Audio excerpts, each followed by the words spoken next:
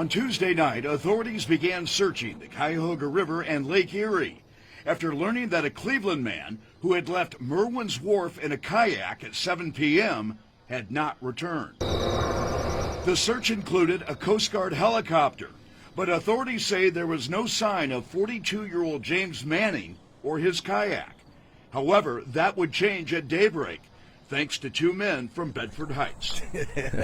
76-year-old Larry Smith and 69-year-old Charles Stephen are neighbors and have been fishing together for a decade. Early Wednesday morning, they headed out in Stephen's boat to their favorite fishing spot on the lake. And when they shut off the motor, they heard an unusual noise that they initially thought was a bird. I says, you hear that, And we both stood still. And he said, then it came again. He said, yes. They said, help. And we kept calling out. We could hear the voices, but we didn't know exactly where it's coming from.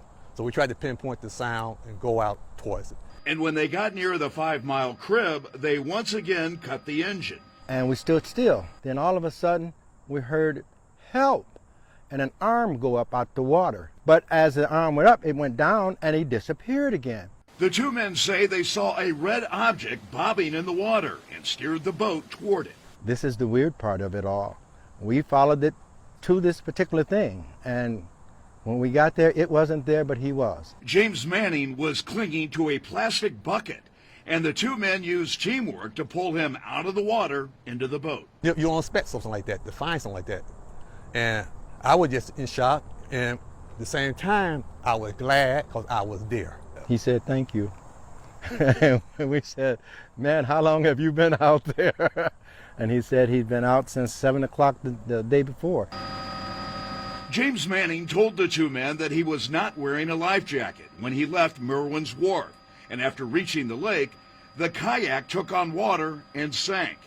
He tried several times to swim back to shore, but was swept back out by the currents.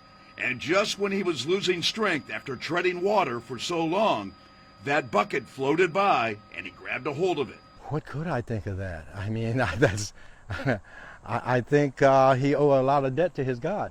I just say the man upstairs did all that.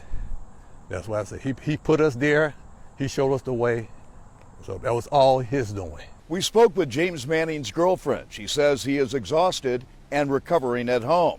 She also says they are incredibly grateful for the life-saving efforts of Larry and Charles. The two fishing buddies were reluctant to share their whale of a fish tale, but say it provides powerful lessons for anyone who spends time on the water about the need to always wear a life jacket and to follow the buddy system. If something happened, you've got somebody who knows you and somebody who knows how to get help for you.